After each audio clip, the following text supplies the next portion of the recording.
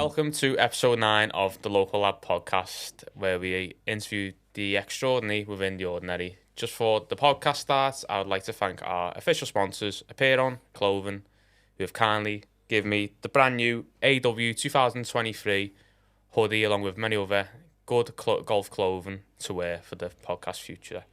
If you would like to get any clothing, fashionable golf clothing, then head to www.apeiron-clothing.com and use the code LOCAL15, where you get 15% off your next order. Today, we welcome a good friend of mine, Mr. Chris Varnes. How are you? I'm all right, pal. Very good. So I go under two names, don't I? So I'm Chris Varnes with all my social media, but my actual second name's Vernon. Wow. There's something for... I didn't know that. That's mad, people did. Well, because all my social media is Varnes, isn't it? Because that's what I've used forever. Because... as you know, I used to work in the schools and stuff, and you don't want your social media getting out to kids. That's what it was. So, so Vernon's the second name. Well, Varnes is the stage name. That's boss, that. I did not know that for as long as I've known you. Well, it's like, blew my head off already. And it's episode 9, isn't it? Yes. So John Lennon's favourite number, as we've just discussed. Yes, and we will be talking about the man himself and probably the greatest band, in my opinion, that ever walked the face of the earth. So yeah, I've known Chris for a very long time through the music industry, really. We both share a very good passion for music. Chris does it full time, would you say? Well, I've been trying for about 20 years. Yeah, you've been teaching a lot of... So I've done lots. Obviously, I've taught guitar, played guitar, taught music. Some of our good friends are now some of the greatest guitarists in Liverpool. Worked with so many people, met so many people, been to so many places just because I could play guitar. And I think in Liverpool there's two things: you can either play footy or play music. I said that last episode, I think. And didn't if you do either of, you'll get somewhere in Liverpool. See, that's like, isn't it mad how you just come in and said that? Well, it's me even prompting you to say that. Kids in the schools, and I was teaching them when I was mentoring people. Look. Two things: footy or music. You make the choice. I played a bit of footy, wasn't that great, but I always knew music was what I wanted to do. So from 8 and 9 in primary school, I was always making mixtapes. You don't even know what a tape is, do you? A cassette, A cassette, so you'd wind them on with your pencil and stuff. I'm like an old man in a young body, mate. See, I'm very old man in an old man's body. That's the problem. But you're a young person in an old man's body. Well, I try. It's keeping up with the young people is the problem. But yeah, you'd make mixtapes in your house. But the charts were good back then. For me, they're not the best now. But what era were you the charts good? So when I was listening to getting into music, obviously I was brought up with music in all capacity. My uncle was in a band called Keith Rowland and the D-Siders, and the Silver Beatles, when they were Silver Beatles, supported them many times. So they were in that realm. So my uncle showed me a few things, my Uncle John, and it was from there that I started getting into guitar. But my mum always used to... My bedroom was over the kitchen. So you'd always hear the Motown tracks, the 60s tracks, the Merseybeat tracks blasting through the kitchen up through my floor. So I was always had music around. And you'd just make mixtapes. You'd just be in your bedroom recording the top 40, waiting to pause it while the presenter said the next track, so you wouldn't get any talking, and then you just flip your tape over each week, you'd get it. But you could listen to loads of stuff. On the way here, I was listening to someone said, I remember the old Now, remember the whatever Now hits. This one I put on today while I was in work, just doing some work, and Now 35, some bangers on that. Go on, who's on that? Oh, who was on it? Ocean Colour Scene, Dodgy, Cast, loads of good bands. But then you had Insomnia and do you know what I mean? Faithless. Yeah. Also, it was a good mix of tracks. Whereas now you put the charts on, and if a kid wants to learn a new track, I can't listen to it. It's hard work. It's from my opinion on it. If it's such a different music culture now. I think the only band I know who've really stayed cemented in it is Oasis. Everyone can still relate to Oasis because they're so they're becoming iconic in their own right. And I think you've got some good bands out there. There's some great bands out there at the moment. But I think For me, I just think, where's the bangers? Where's the songs that you're going to listen to now in 30 years' time? Like, I think What's the Story, Morning Glory was 28 years old, maybe this week. Yeah. You're still listening to That's Some Might still Stay, Don't Look Back in Anger. Do you yeah, know what I mean? it's still very much a part of today's society that their albums are their first 3 albums of And I think the the problem is superb. that you want... You want that again? Because people have said, would you... Because I've seen Oasis 9 times I've live. only seen Noel and Liam once. And I think I seen Liam when he was just in BDI. I just split from Oasis in BDI. And yeah, it was all right. But I remember I saw them in Liverpool, and literally there was no one there, and you could just go up and touch Liam. If Liam Gallagher now was in a venue in Liverpool, so hard to you get couldn't even get in it. And then I remember waking up at Glastonbury, and I just opened my eyes and I heard Liam singing. I was like, that sounds like Liam Gallagher. And then they were playing I can't remember what stage it was. I think it was the Park stage or something like that. And they just turned up and played, and then the Hives were on after them, but they sounded terrible, BDI. So I went back to sleep. But that, I remember where we used to camp, you could, you just heard loads of stuff going off. Yeah, it's... If we're going on Oasis, this is going to be a future, like a little later talk, but Oasis for me, it really, you know, I love the fact that Noel Gallagher comes out and goes, I've just copied off the Beatles. I love the way he's so honest about it, and you know, yeah, they're related. I think them having a bad relationship makes Oasis, because it makes you want to know what's happening. You know, because people are saying to me, I don't know, I don't think I'd want to see them back together. No, I lived it. Yeah, 96, I'd love to go and see them once. 90. I think the last time I seen Oasis was actually in Liverpool. Did you see Oasis in Manchester 2005 by any chance in the Etihad? Yes. With Zach Starkey on drums. So that first song they played, Turn Up the Sun, that is one of the best songs they have ever written, and no one knows about it. Yeah. For an opening song for the set. There's loads of good tracks, and I just think that is their era. Yeah. And Noel says himself, he says, where's the next Oasis? There's no. The 1975 are probably the closest thing. Yeah. But that's just, again, they've got that much of a following, but it's with a different culture of people. I think listening to the likes of the Beatles for me, and then growing up in a time in the 90s when it was quite a fun time. Yeah. It's not like now with lots of things going on in the world. But the 90s was a good time. I remember 96, you were just... I was a lot younger, obviously a kid, but you were listening to such good music. And as I said before, the charts, you'd know all the words to every song in that chart, in the charts from 1 to 40. And then now you put them on, like that record, like that now, whatever it was, 35, just to have a listen. I knew a good 90% of those lyrics still. Yeah. Whereas now, I can't even listen to the charts. And don't get me wrong, some great artists now, but I don't know, I just can't relate to them. It's because they're not writing the music, I think. I can't relate to them. I think it's because they're not writing the music. Computers.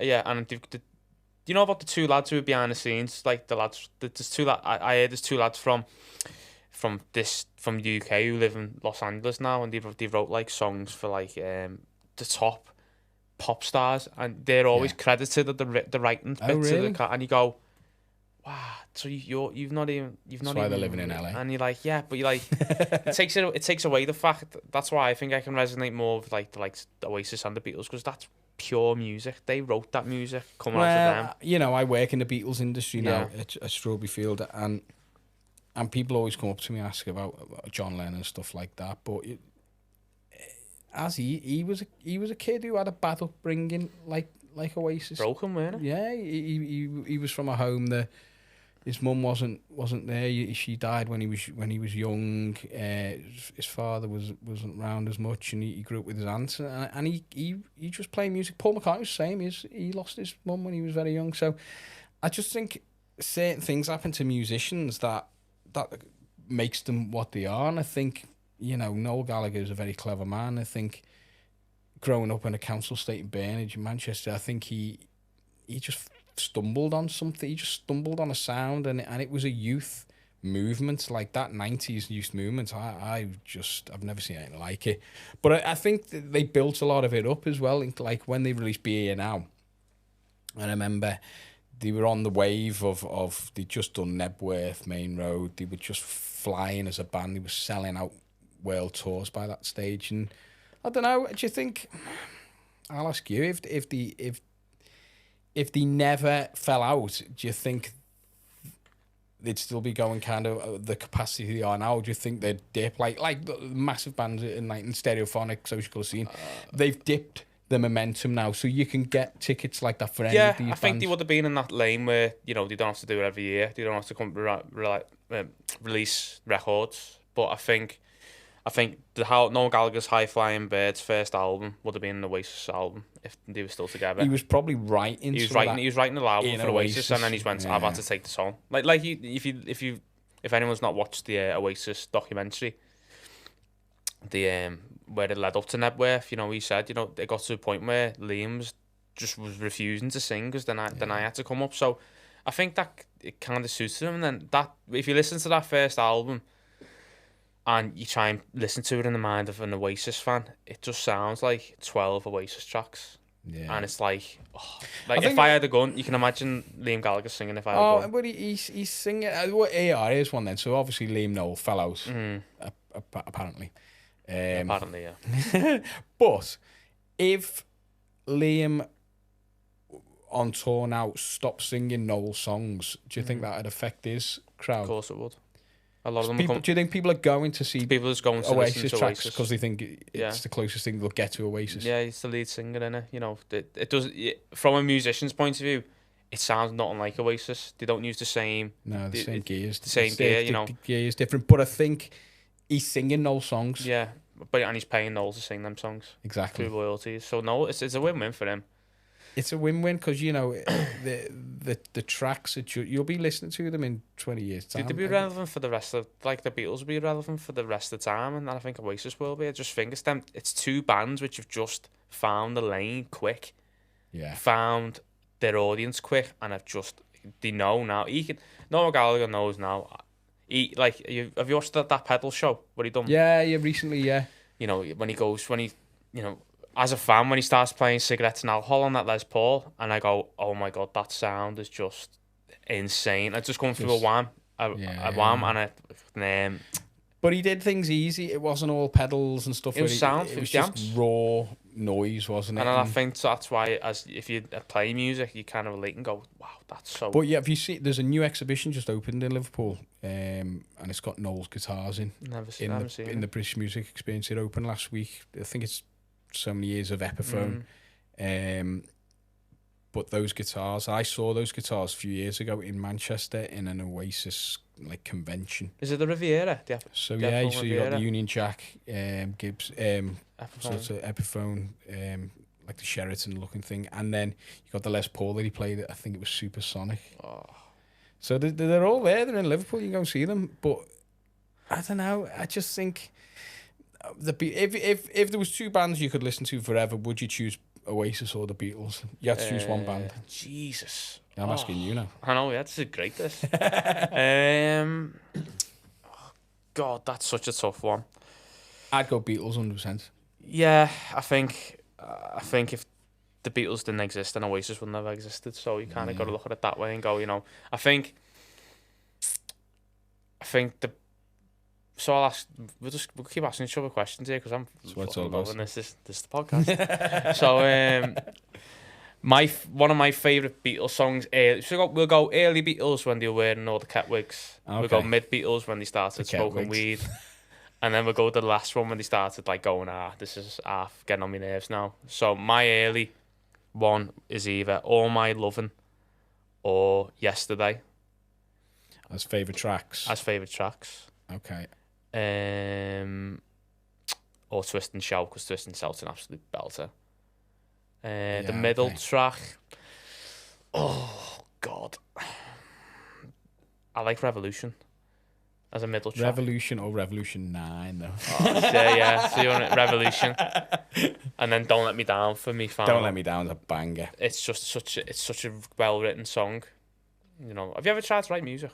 I have, and I've wrote lots of music. I can write lyrics, but I struggle with the tune. Now I'm the other way. I write the melody, and then I try and put the lyrics. I get something, and then I'll try and do it. But for them to come up with so many songs, what level of genius are they on?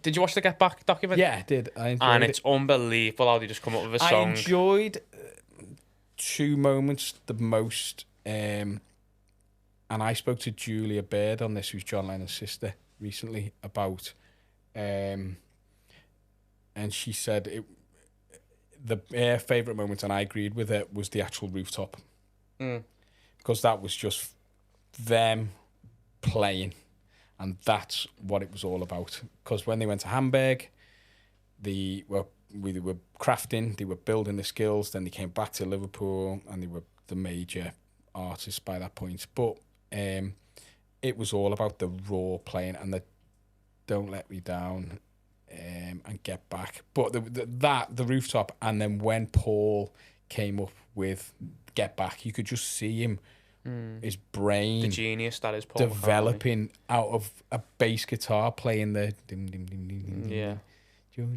and you just think, wow, it's unbelievable. I don't know. It's a tough one. I think in terms of pop songs, one of my personal favourites, because it's a pure pop song, is "Ticket to Ride." Oh yeah, it's got a riff, it's got great words, it's got a banging chorus, it's got a brilliant bridge. It's just got everything you want out of a pop song. And then obviously the music developed. I'm gonna have to say "Strawberry Field" forever, aren't I? Yeah, and then we'll talk about that for many reasons. But why "Strawberry Field" is because I know the song now. You got a bit of an attachment to it now, haven't you? Yeah, it's personal to me now in terms of it's what I see every day. It's what I hear. It's what I've learnt a lot about. And the song was a childhood memory. And it was a poem originally, and then obviously they got to the studio, and then it turned into what it was. And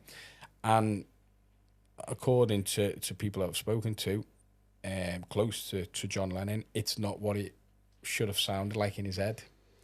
It just, when they got in the studio, it was completely changed. And he wrote that song when he was in Spain filming. He wanted to do a bit of movie work, and it was a childhood memory.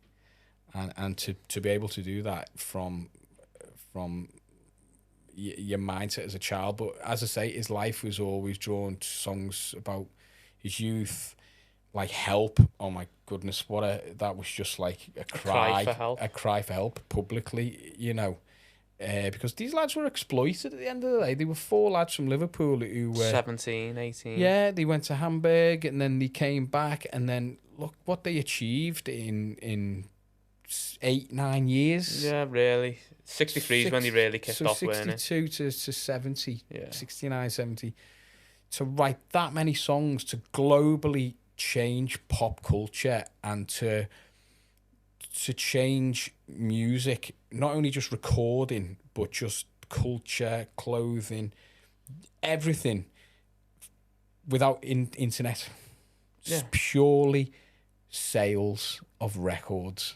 That's unheard of now. Yeah. You would never sell that many because you can't buy records. And also social media is such a key part of being a musician. Do you know what I mean? Like, I've done gigs and stuff like that, and some of the promoters say, "How many followers you got on Instagram?" What's that got to do with it? Here's my songs. That's like the studio saying to me, "Well, how many followers you got on your podcast?" That's and what they say, though. They go on me for like, I see it. These kids who come out of Lipper and they go to these events where there's people from the industry there. How many followers you got on Instagram? Well, that's about me Instagram. It's all about me records, isn't it? Do you know what I mean? Yeah. And I think that's the difference in the music business now. But for 4 lads, literally 4 lads from Liverpool, you know what I mean, to do what they achieved is unbelievable. And I don't think it'll ever be. No, not one could match that. Even if someone like got near it, it's still like the Beatles. It is, because it's raw music and it's raw emotion. Good pop songs in there, and then they took them to a different level. Obviously, the touring side of things changed things. They couldn't hear themselves. The equipment wasn't big enough. George Harrison was sick to death of it. Become pure studio, change recording techniques, 4 tracks, instruments that had never been probably heard before, you know, like the Stars Shrubfield, the Mellotron, and it's just like a unique sound. And but there's loads of stories. There's stories of where John, I love the song In My Life. I just think it's a great song. And there's stories, I don't know how true it is, where George Martin wrote the harpsichord middle. The lads went out for lunch, and when they came back, George Martin had wrote it. I don't know how true that is, but that's the story that I've been told. But if that's true, they were just he was just as important as them, George Martin. I think everyone was Brian Epstein, you know. I think everyone who played a part in their development has become. I think even Linda McCartney and the partners, you know. I think you know when George went to obviously got with Yoko Ono, you know, that changed his perspective of music. His music. I just think things happen for reasons. So John, Yoko, Paul doing his thing, George doing his thing, Ringo doing his thing. He was practicing being Thomas the Tank Engine at the time. But you know, I think it's just life, and I think that's how music develops, and that's how people's music should develop. It's life, it's experience, and that's why the songs work. Because some of the songs like Let It Be, it's Mother Mary comes, you know what I mean? Speaking words of wisdom, let it be. And apparently his mum used to say, Let It Be. That's off the car. I was just going to say, the carpool, you know, which I've never watched. Well, so the carpool, they're going down, what road's it? It's, if you go past the, oh my God, mine's went blank. Jesus. Is it round Paul's house? No, it's round, it's by the women's hospital. You go down the straight road, and then there's a row of shops, and it's the Asda in there. Oh my God, I'm going to kill me. I'm going to fume. Anyway. Smith Down, all that. Yeah, there. So he's going down there, and he goes, you know what, James, it's mad, you know, let it be. You know, I was having a dream, and my mum just come to me in a dream, said, let it be. And then he said, I went to studio and said, you know, let it be. And then I wrote, let it be. And you go, that is the genius of the man. He's just got 3 words off a dream off his mum. And he just wrote one of the best songs Eleanor Rigby. So Eleanor Rigby, obviously, he writes this song, but then he says, in Woolton, there's a grave with Eleanor Rigby on. But he says it's not about that grave. It's about a shop, Rigby's or something, and Eleanor, I forget the actress's name, who was in a film, in Help, I think she was. But then he's saying, it's not that. What are the coincidences that there's a grave in Woolton called Eleanor Rigby? Yeah. He's wrote a song called Eleanor Rigby, but he says it's not about that grave. It's gotta be. Is it subconsciousness? Who knows? That's a secret. Again, there you go. And Eleanor Rigby's house is actually in Woolton. The original Eleanor Rigby. Yes. There's so much history in the local area, the Beatles, and everyone should do it because you can see houses, you can see things, and you think, actually, this is where these people grew up. You can see the big picture they got at Ringo by Toxteth now. Yeah. George Harrison's house. There's loads of them. They're all dotted around. But I think have you been into Mendips? No. So Mendips is National Trust, and it's like someone shut the door in 1963, and it looks exactly the same. Boss. And you go in, John Lennon in the bedroom. John Lennon like slept in as a kid and all that, and you do get a few like goosebumps because this is where he grew up, and this is. Yeah, it's good. I've only had that a few times. I think you see the piano at Strawberry Field. There's the actual piano that John wrote and composed Imagine on. Wow.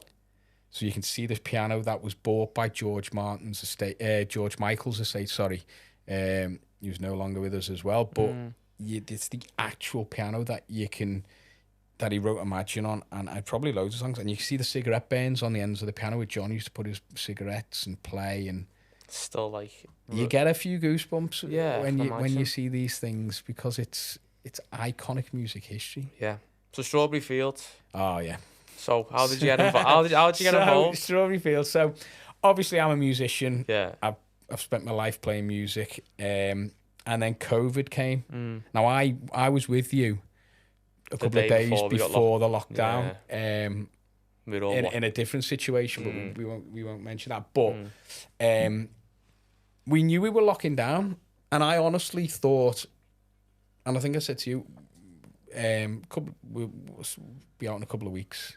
Yeah. But with the night before, I think we were speaking to you. I was filming a show reel with Sam, who runs a company with me called Sea Live Entertainment, and we thought we were filming a Beatles show actually, and we thought, well, a couple of weeks off, be nice to have a rest. and then we'll crack on. And then saw you, and then 6 months later, we're still locked up. Mm. And as a musician, we had no money. We were doing what we can. I was teaching guitar online. And there was a point where I just said, I'm going to have to get a different job here. I had a mortgage to pay. You know, I had a kid, and I think I've got to make some money. So in my life, I've only had 2 job interviews. And that was the second one. and I applied for a job at Strawberry Field, and I was like, yeah, okay, let's see what this is about. I knew what the job was in terms of, but I knew it had something music related to it. I obviously knew it was Beatles related with John Lennon, so I knew I'd feel comfortable with all that. But it's so much more. It's have you been to Strawberry Field? Not yet.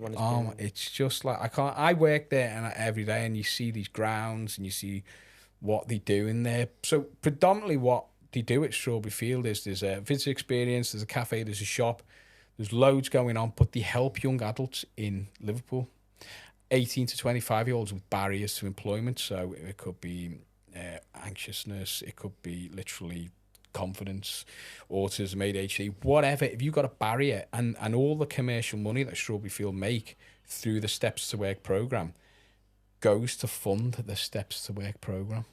So I've been there from cohort 6, and it's now on cohort 16. So in my short time there, there's so many kids that in the Liverpool City region have got so many skills. We've had people who've got jobs as in shops, museums, cafe, whatever. They've got jobs all over the place. And I think since the programme Steps to Work, since Strawberry Field is built, there's been about 110 people come through the programme. And over 55% of them have got paid employment in the Liverpool City region, which is just... And in the Liverpool City region, it's about 4.5% of young adults 18 to 25 with a barrier have got paid employment. So you're helping people in Liverpool who have not, who sit in the bedroom and think, I'd love to do that, but I just ain't got the confidence. And you help them to get jobs. And the honorary president there is Julia Baird, who's John Lennon's sister, and she goes around advocating the influence of Strawberry Field, not on just John's life, but what it's done since. So one song has made that whole thing. Do you know what I mean? So you think of John. John was dyslexic. Yeah. I'm dyslexic. I'm not ashamed to admit it. You know, most of it, when I learned guitar, I learnt it all through ear because I couldn't read it. That's the difference. I've got a good ear, so I can teach because I've got a good ear. So my reading's not as fast. Tabs I'm great with. Numbers, for some reason, I'm crap at maths, but I can read tabs. But it changes lives. And I think Julia says she goes around the world now and says the influence it had on John. Even when he was murdered in New York in 1980, Yoko Ono made Strawberry Fields in New York. Have you been to New York? No. So in New York, you've got Central Park, and you've got the big Imagine Circle. That's like iconic, world iconic Imagine. So when John was murdered, obviously in 1980, Yoko made the Strawberry Fields in New York. That must have had an influence on John's life for him after his passing to say, there is a Strawberry Fields. Now, if you look at the building, I'll show you later on, the architecture of the house that John saw at Strawberry Field, it was an old Victorian house, and the Dakota building, they look exactly the same. Yeah. Same. So the influence at Adam. So at Strawberry Field now, we've got our own Imagine Circle. There's only 2 in the world, I think. So we've got a bandstand that is now there. So again, more music. So so Cliff Cooper, who is the director, owns Orange Amps. You know Orange Amps, the big company. He's just donated £1 million bandstand. Wow. Which is just a phenomenal bit of kit. We've had Brooke Cooman and everything performing on the bandstand. It's unreal, that, isn't it? Yeah. So it's got the Imagine floor. It's the shape of a Salvation Army drum, because obviously Strawberry Field is a Salvation Army building. And it's got state-of-the-art technology in. It's got unbelievable equipment. So JBL, Roland, Orange, AKG. There's all these companies now who've invested in this kind of, they've supplied it with equipment. So Off one song. I'm dealing with like £1 million bandstand every day, which is a fun side of things. But you're dealing with music, and you're dealing with John Lennon. John Lennon's sort of the song that he wrote. It's just amazing. But it's helping young people in Liverpool. And I think in terms of me as a guitar teacher, that's what I've been doing for 20 years, but in a different way now. Yeah. Yeah. That's unbelievable, that. Like, you don't, it's not really, that's not really said much what you've just said then about Strawberry Fields, which... No, it isn't, because I don't think people know what it is. They drive past it every day. Just think it's Red Gate. I drove past it every day for nearly, 100,000 people stand at those gates a year. Years, yeah. 100,000 people, and they come to see the Beatles stuff, which turns over in Liverpool 100 million a year in Beatles tourism. It's massive Beatles tourism, and I am always very sceptical. Look at people who say I don't like the Beatles. And you think, well, why don't you like the Beatles? Tell me one reason why. I don't like the music. That's fine, but you know what it brings to this city on a year. You should appreciate that. Yeah. Because it brings so much tourism, culture.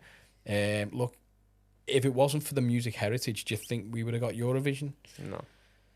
I don't know. That brought a load of things in, which I think the city again did hugely amazing with all the people involved in that. You had the council, marketing, Liverpool, whatever, and all these businesses. And I do lots of things with all these businesses, and I think everyone embraced Eurovision. Yeah, I think it like you said, it goes back to what we said earlier in the podcast. We said if you from Liverpool, two things that you're known for, and that's music. And we've got two great clubs. Yeah. One more than that. Yeah. But now we've got two great clubs. We've got two, when this new stadium around the corner is built, we've got two fantastic stadiums. Let's get bands in. Let's get concerts in this city. We've got Taylor Swift coming next year, which is massive for the city. We've had the Rolling Stones last year. We had the Eagles last year. These are big acts coming to Liverpool. And we've got two major arenas now. We've got three. We've got the M&S Arena, we've got Anfield, and we'll have the new Everton Stadium. Which, you know, let's get some acts in these. Let's fill them with people. Let's get music in there, and let's people enjoy music in Liverpool. That's what it's all about. Yeah, of course. It's, you know, that's just around the corner. It's got Paris Studios. Exactly. You know, I've done many DJing there with my mates. You know, I've music-wise, I've explored it all. Guitar, your drums. I love DJing. I love different aspects of music. You know, if anyone's out of Liverpool who's listening to the podcast, which I hope you are, you know, you come to Liverpool and experience it. If you walk through town on a Saturday, it's just mad. It's nuts. Music everywhere. Every 200 yards, there's someone playing. And it's good to see it coming back. Obviously my band Up All Night. Yeah. Who I'm in, I set it up, and there's been a few members come through over the years, but we've got a solid settled set now, and we've got Sam, Jack, Neve, and Jamie, and myself, and we go play all the big major events in the city. We headlined the Rock and Roll Marathon a couple of years ago. We're in the Titanic on Friday, so there's loads of big events. But Up All Night is a covers band. People want to hear songs that they know, and walk through Liverpool on a Saturday night, you'll hear every different venue a song that you'll know, which is great. The only sad thing about Liverpool at the moment in terms of that is the venues are struggling. We lost Jimmy's last week, shut down. I used to regularly go to the Green Room as a cabaret lounge when Ricky Tomo used to do stuff with Ricky Tomo, and they were good nights. You'd have 4 acts, you'd have an upcoming artist. That's where I first saw Sam. This little kid. Yeah. This little kid came on stage singing "Take That." He won't mind me saying that. What song by Take That? Oh, I can't remember. Not Rule the World. No, I think he was more like "Everything Changes But You" or something like that. You know what it sounds like. Good lad. He's a good lad, Sam. Some might know Sam from the X Factor because he was on the X Factor. But we've done loads together, and we obviously that's where I first saw him, and then from that he did a gig with me. He filled in, and then he became the front man. He's one of the best front men in Liverpool in terms of getting a crowd going. interacting with the crowd, but he's got a solid head on his shoulders as well, and that's why he's my business partner for my other adventures, because I know he's got a good head on his shoulders, and we've worked hard. We did a podcast together. No.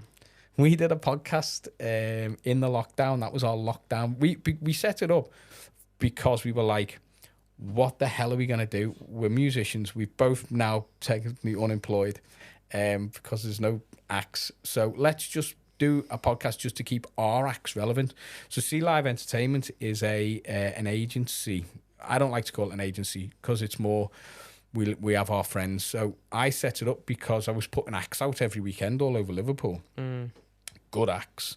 And we set it up as a business because it was worth doing it to protect our friends going to venues. Yeah. That's why we did it, because if we were putting a singer in a bar and they cancelled him last minute, they've lost wages. So that's not fair. It's not right. So we did it properly so they'd get a contract. They'd have to get their wages. So it was protecting our mates who were singing. Yeah. So it went from there. Oh, we've got tributes, we've got bands, we've got DJs, we've got dance floors, magicians. You name it, we've got it on the books, and it's all people that we know and trust. And Sam does a lot of the background stuff. I do a lot of the talking because you know me, I can't shut up. And that's why on the podcast. And we get people in, and we've got a brilliant relationship with venues across the city. We supply loads of weddings, loads of things. But See Live, we set the podcast up, so we did it. So I organised all the guests, and Sam did all the technical stuff because I'm shit at computers. I've just sworn your podcast. You can swear. That's all right. And so we were getting people in, and we first did it as our artists, but then it developed. We had we went to America a load of times.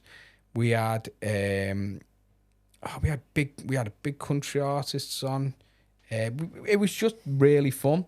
We had Status Quo, bass player on there. We were talking about the Quo, which was great because I used to take my dad to see Status Quo for many years. I've seen them at You're the only other person I know like Status Quo. I love Status Quo. I've seen the Quo more than any band because I used to take my dad to see them. So we had the Quo on.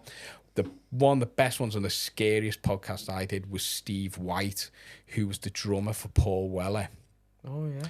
And he's the youngest person to play Live Aid night. He was 17 when he played with Style Council on Live Aid. Wow. Now his brother is Alan White, who was in Oasis.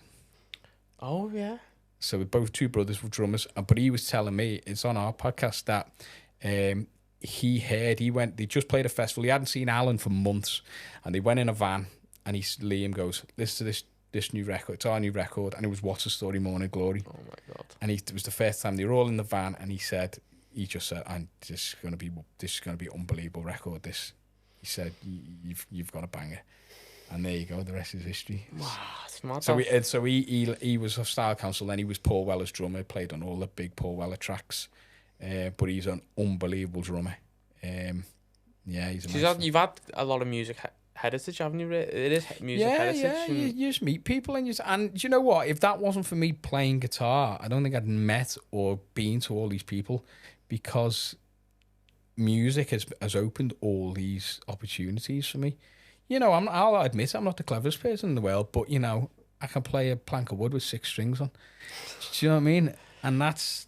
I think you'll enjoy it more as well. You've got to enjoy it. Music is life for me, and I think from a 9-year-old making tapes up to now, and now I'm influencing other people because I've taught hundreds and hundreds of people guitar in this city, and I feel sorry for them because they've all got my style and technique now. So it's all right. But yeah, kids, you've influenced kids, you've made kids. Some of the guitarists I've taught have made a career now. They are now actually musicians, paying. One of the lads that I just left me, he's been with me since he's 7. He's just gone to I think it's Northumberland University.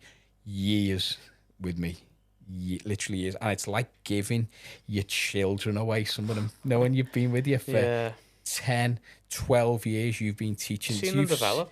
You've seen these people. Jack, little Jack. I still call him Little Jack. In my phone, he's still called Little Jack. He's not little. He's taller than me. He's like an absolute monster among men.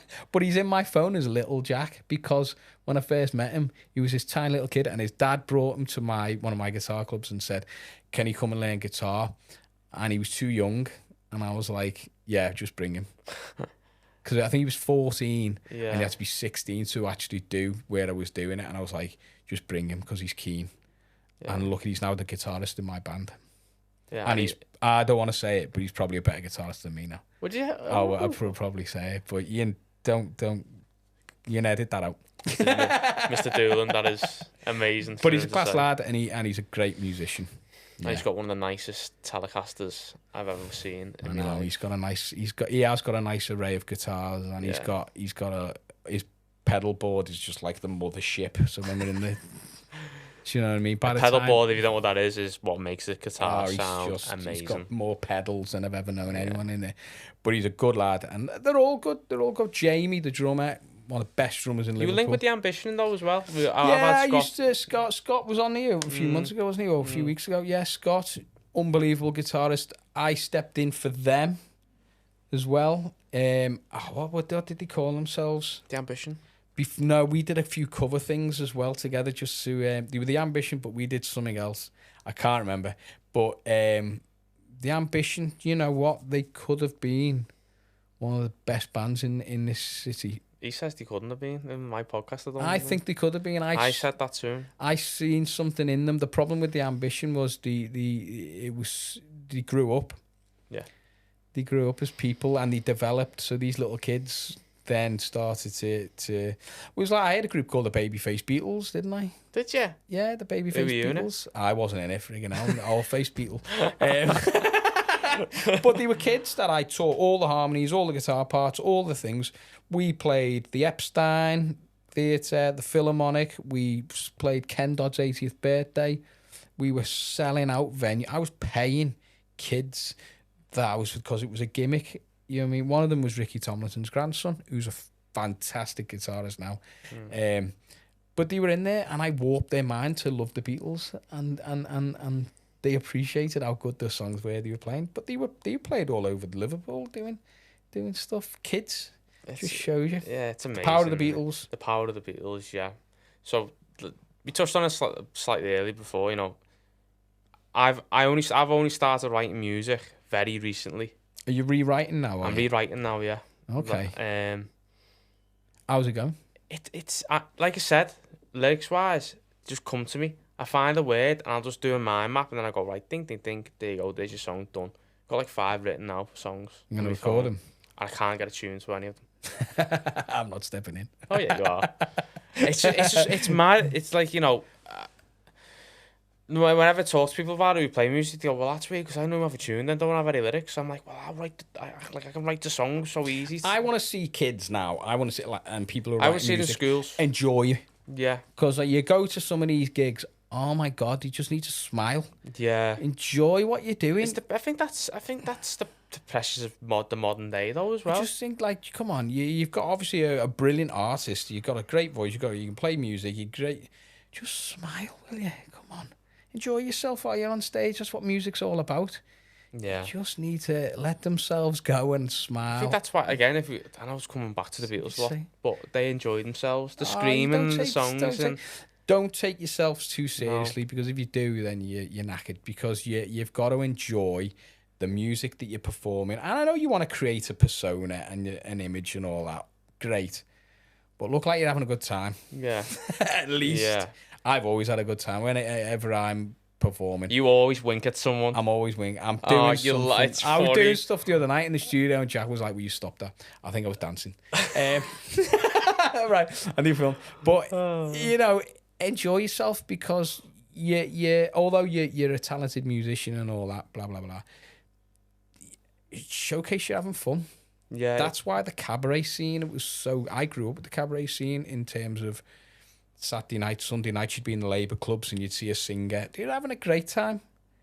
Do you know what I mean? Yeah. And then you see the artist, then you go and see and say, having a good time. You know what I mean? But yeah, these kids they're great musicians, and some of them in Liverpool now are brilliant musicians. They come out of Lippe, they come out of colleges, whatever. But just smile. My God, it doesn't take much. Yeah, and you know, I think another thing is what I got taught: if you don't enjoy it, stop, and then you, especially with music, if you play music, I stopped. I stopped about 4 years ago. This is my guitar. Like I texted you the other day saying this is my guitar. I need sorting. Like I only recently picked it up again. I think it's because as life kind of changes for me, my life's going to change a lot pretty soon. So it's like I kind of because he's become a singer-songwriter. No, it's not.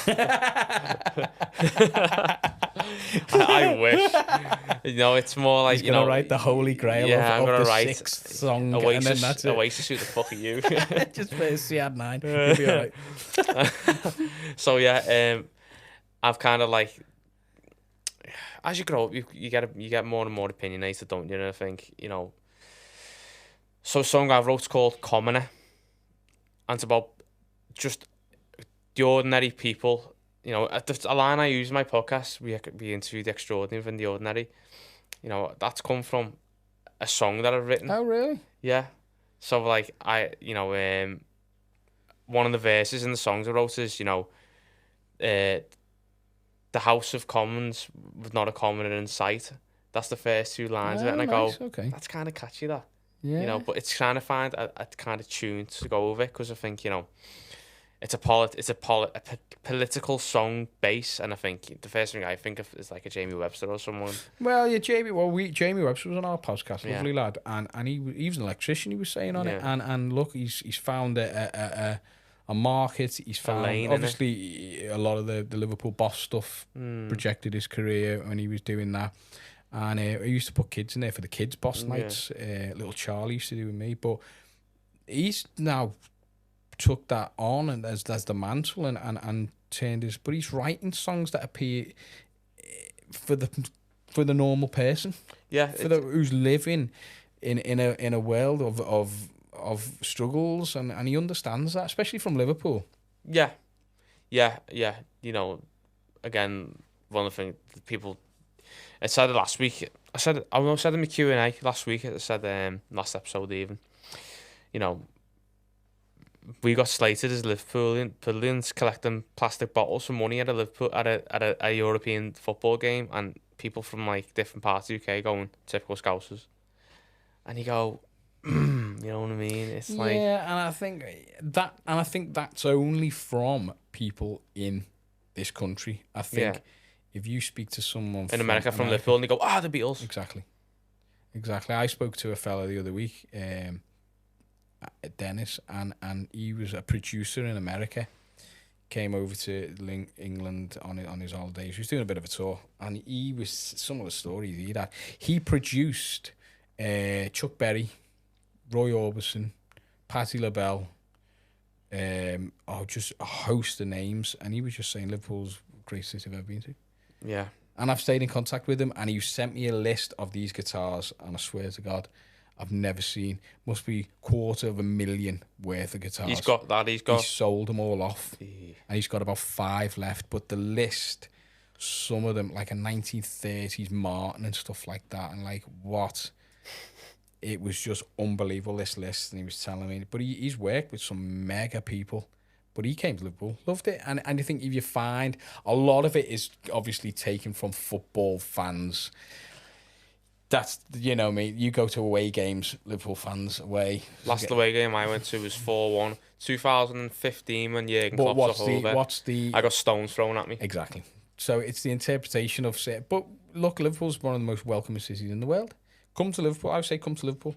And I've got a friend in Manchester, and they're like, Liverpool, like anything. Come to Liverpool and just see what it's like.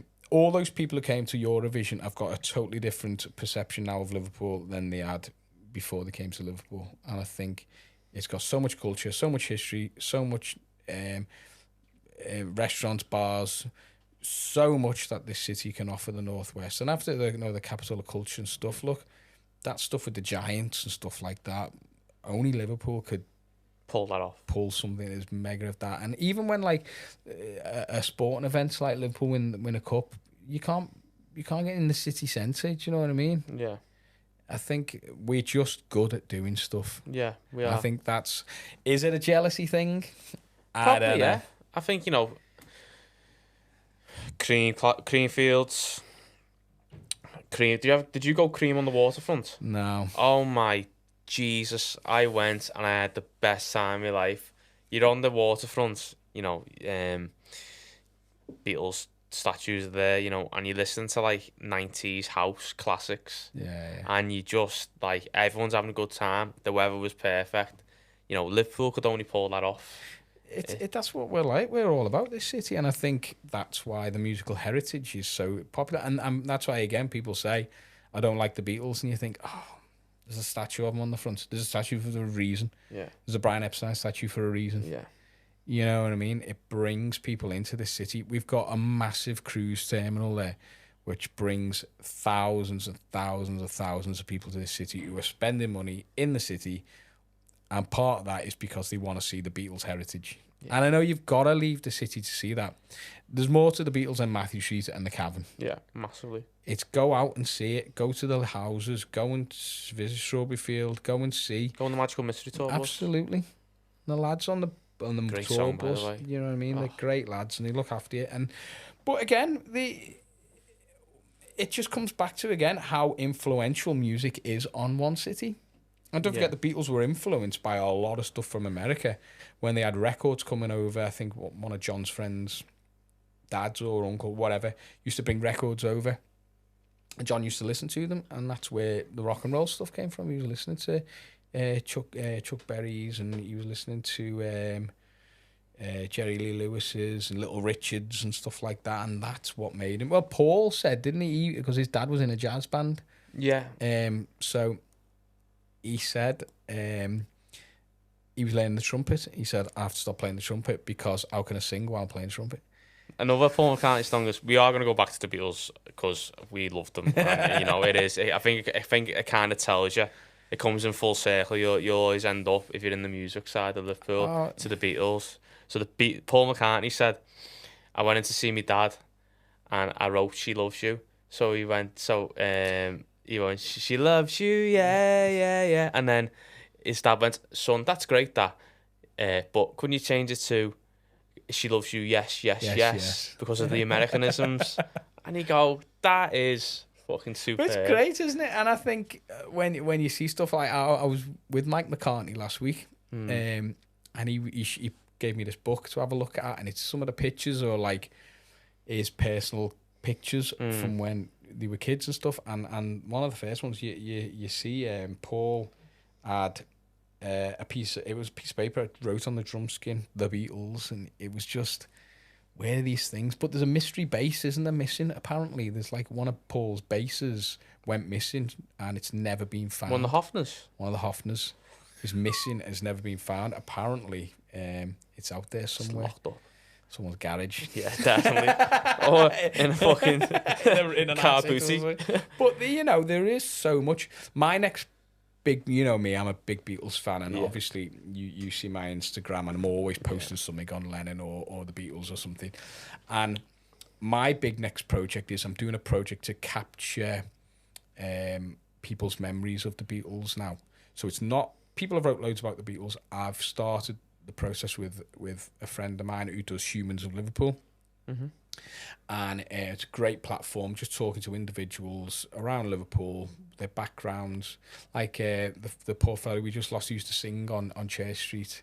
Yeah. He interviewed him, and the reason why he was singing, he was trying to raise money to help his wife and stuff like that. So there's stories behind this. Yeah. So he's doing that, and we're capturing now for our exhibition people's stories directly with the Beatles. So it's people's perceptions rather than the Beatles direct. It's people's, I was there, this is what I remember, because it's a time capsule for the next generation.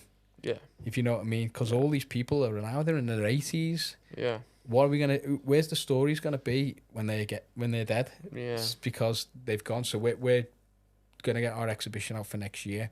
There's been a fantastic exhibition just finished at Strawberry Field actually, which was by a friend of mine, James Wilkinson, brilliant artist. He's worked with lots of artists, Oasis. Liam Gallagher's got pictures, his art in his house.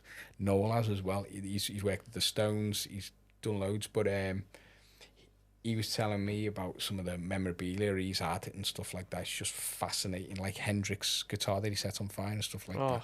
Stuff, bits like that. But he was, he's just finished an exhibition. It's just removed from Shrubfield, and it was the actual microphone cables that John Lennon used to record the Imagine album turned into pieces of art.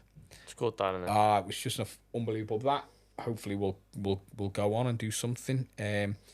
And hopefully, he said, you might get you involved with bits of that, which will be great. We can play music to it, be amazing. But yeah, the actual wires. I remember holding the wires and thought, oh my God, this is the wires that John Goosebumps recorded Imagine album on. And he cut them up and made like his signature, John Lennon's signature things. You'd have to look it up. It's called Lennon Wired. And yeah, holding the microphone cable that John Lennon sung and recorded the Imagine album was just like, so he's got 2 actual left now. So we bought them in auction, but yeah, just goosebump stuff that you think, oh my God, he's actually sung Imagine, do this. Good, and I think it's, again, you relate to the Beatles because they're just 4 local lads, like all us here now. Yeah. They're just local lads who did something unique. Yeah. They were just, everything was the right time for it to work. It could have not worked. There's probably times when the Beatles were learning the craft and got paid off. Must have happened. Like, oh, you've done enough now. Like, do you know what I mean? Yeah. But you gone to Amber, you did something unique. There must be loads of stories that we'll never know. No. But all I know is this: they're a band from Liverpool who wrote some of the most iconic songs in the world, and everyone you could go anywhere in the world, I'm sure they would know one Beatles song. Yeah. Do you know what I mean? And I think as a musician in Liverpool, they are important, and that's why I always tell these kids who are learning guitar, listen to some of the Beatles, because you might be inspired, you might hear something, or you might get a lyric that you can relate to. You don't have to be a musician, but you can relate to. So it does bug me when people say I don't like the Beatles. Why don't you like the Beatles? Tell me why. I just don't. Well, that's not all I answer, is it? Arsehole.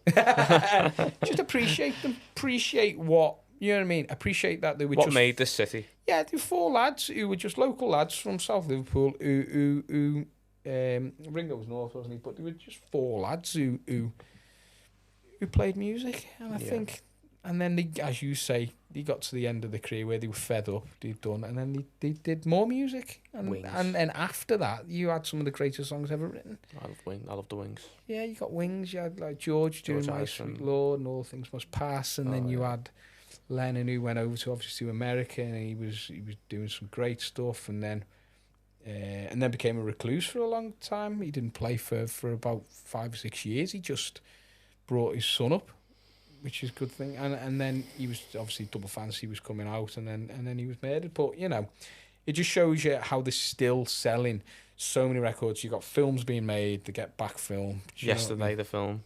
Yeah. Which is a good concept, I think. My only gripe with that is the Ed Sheeran. But we won't talk about it.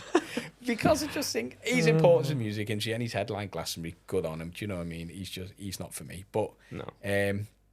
That's music, and I think the music that I play is other people's music now. So I've done my original stuff. It's too difficult in terms of being in a band is hard work. It is hard work, and I've been in a band since I was 17, and up all night now. We've got a great unit, and then I also do a duo with a fantastic singer from Liverpool called Laura, and she's a brilliant vocalist. So we do stuff now with just acoustic gigs. Yeah. And I think both of those elements, I've got my band, I've got my duo. That's all I need now. I'm playing other people's songs, so there's no pressure to write as well. Do you know what I mean? Yeah. But as I said before, music is in my blood. That's all I've ever done. And I think it was a plank of wood with 6 strings, and I've made a lot of friends, and I've made a lot of good music, and I've inspired a good generation to play, which I think when you look at the likes of Jack, like Scott and Anthony Braid, yeah. I taught him how to play guitar as well. He's flying through the Liverpool scene now. He does all the cover gigs and stuff like that. But we all link in somewhere. Yeah. Do you know what I mean? And I think music has that ability. It is like football. You make your friends, like, you've got mates who go all the games together and stuff like that. Great. But I've met like videographers. I've met all people in the music industry who've helped me, and I think that was my biggest thing why I did what I did, because I came out of uni, I thought, what can I do? I've got my degree in music now. In school, I was crap. I was doing stupid things. Not naughty, I was doing stupid things. Like, I nearly got sued by the BBC, obviously, like 14 and stuff like that. It's just... That's for another podcast. But, you know, I think I'm still banned from the BBC now. Yeah, you just meet all these cool people who have influence. But my biggest thing, as I said, was no one put me on a stage. No one showed me how to be a musician. And I'm getting kids now on stages. I've got a show at the end of October, which I do every year. And it's it's a gig for my students. I've done it for years and years and years. We hire a venue, we get all the families down. I'll sell tickets, prizes, whatever. They watch the kids play songs up to adults, because I do adults as well, and teach adults guitar. And we get a load of money and we just give it to charity. Yeah, every year. And that's music. That's the power of music, influencing some great lads out there. We've got like Patrick and Matthew, 2 brothers. They play with their dad in their band, and they're great musicians, great lads. And then you've got little kids who've never been on a stage before but love guitar, and you're getting them up for a sing. And it's appreciating that extra. And that's why I do it, because no one put me on a stage. No one would said, that kid's pretty good, I'm going to put him on a stage and play a gig. No one did that. It's unheard of. Yeah. Whereas I do. Yeah, it's like, you know, you want to give someone the opportunity that you never had. Absolutely. And, you know, I think the music industry is such a close-knit family. It's tough. But I think if you get, you like you said, especially around this area, you get to know people, and it's very linked, so it's a very close-knit it's massive. circle. It's always, someone always messages me every day, hi Chris, do you know this? Do you know... Like me, I said, do you know how someone's going to sort my guitar out? And then you straight away. They'll always ask me every day, can you sort me this? Can you help me with this? Can you... Because they know I've got good contacts and good links, because I've built that up for 20 years in Liverpool's music industry. If I moved out to Liverpool, I'd be screwed. Yeah. But, you know, I better stay rooted just in case. Yeah. But that's music, and I think that's how I've built my career. And I've built my career on having good friends, good relationships with people, and being honest. This is my music. This is what I like to do. And that's always got me where I've needed to be. So it's a position we have in this podcast. Okay, what's this? Is either... I start out with a quote that you live by in your life, but with the music side, I said if there's a specific... lyric. Oh my god, I said the word Pacific. Pacific Ocean lyric. Yeah. No, I know what you mean. Is there a specific lyric that I look at and I think you can relate to it? I think I was thinking about this the other day, because, you know, 41 now, getting midlife, and do I get a tattoo? You don't look it. Thanks. Well, I was thinking, is there a lyric? And of all the Beatles songs, blah blah blah blah, it's not a Beatles. It's an Oasis song, and it's what is it? We see things they'll never see. Oh my god, let me guess the song. Live Forever. Live Forever. We see things they'll never see. And I would get that because of me in relationship with my son. My son's 60, I love his bones, and my daughter Sienna, gorgeous girl. And me and Theo's got an unbelievable bond, and I think that lyric for me growing up is, we see things they'll never see. It's our little bond. That's the lyric. Boss. Like, great way. What a boss way to finish it. That's great, that. So yeah, Chris, thank you very much for coming on. My absolute pleasure. And I'm sure you'll be on in future episodes when you're free. You'll have to book me in early. So that has been episode 9 of the Local Lab podcast. I hope you enjoyed it. can you please subscribe to the YouTube, to all my socials, which is under one handle at the Local Lab Podcast. And remember, stay curious, stay inspired, and stay tuned to the Local Lab Podcast.